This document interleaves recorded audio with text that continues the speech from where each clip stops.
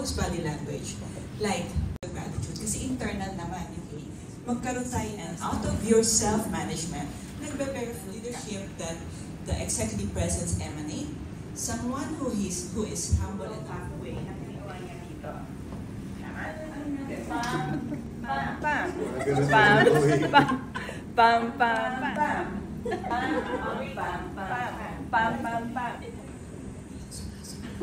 Cute na.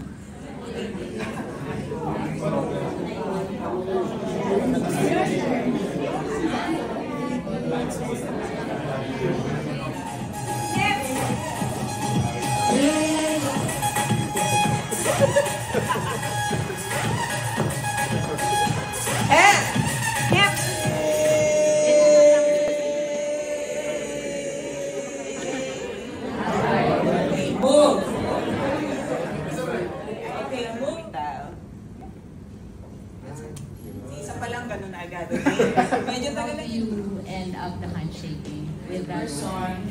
So pag ending, medyo nag-wait there. So biro until we same as mga nagbabaw lang, sila makiisip sa rich country. He can always ascend first. His Excellency, sige nga, sabi tayo, His Excellency,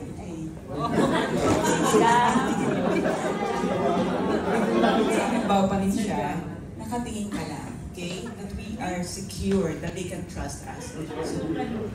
And yet, graduating, magna cum laude.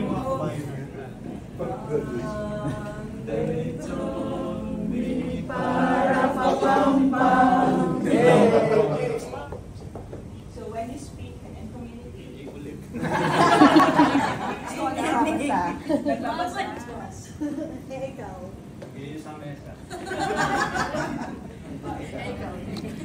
she said, kasi one-on-one, never put your hands down.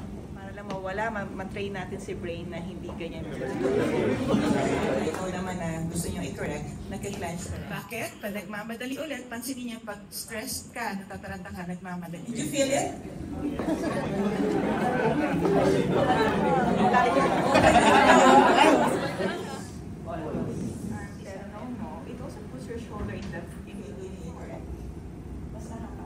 Practice synchronizing your speech aside from this one. Masabi yun. Sige, Google your name. You don't need to open, yung lumabas lang na list. Can you show your... Same as leaving the room. What you can do is just smile. Ay, mali po. Sige, tuloy mo lang.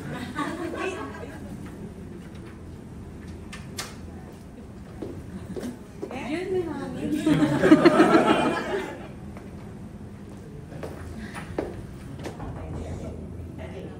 So, ginagawa etiquette is really important.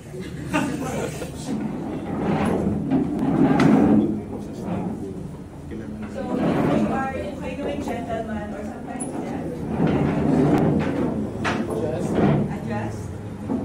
It's buhain. Anything na nahulog. But I mean, nahulog na sa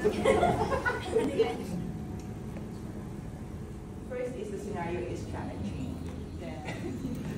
Talagang ang weight ng nasa inyo. Ang kabuhayan na inyo. Okay, kakayanin yan. Okay? So again, okay. Well,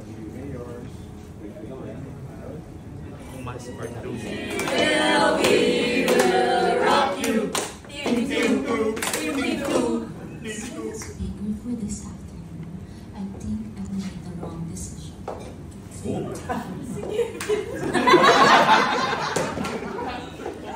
5, 6, 7, 8. Uno, dos, tres. Group 3. Yay!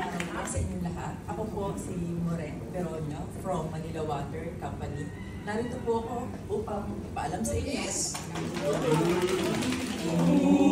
Uno! You are kept on raising concerns na hindi dapat. Okay? And then, may mga programa rin kami To how they feel about it. Okay? I love using I rise forward. Look, when you move forward, asan yung trajectory ng moving forward mo? Flat. So you could be applying the same resilience, and the reason why you're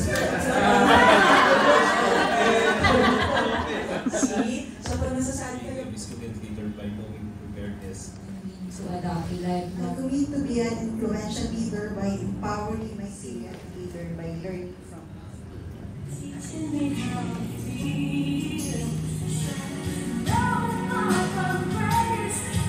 Thank you, notes.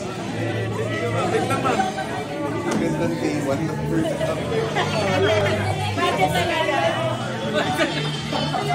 We also tried through role-playing to apply common area or some of the basic etiquette per scenario. And we hope that you will decide to consistently present yourself with poise, credibility, and professionalism in every environment, including your home. So please remember it, 85%. Okay.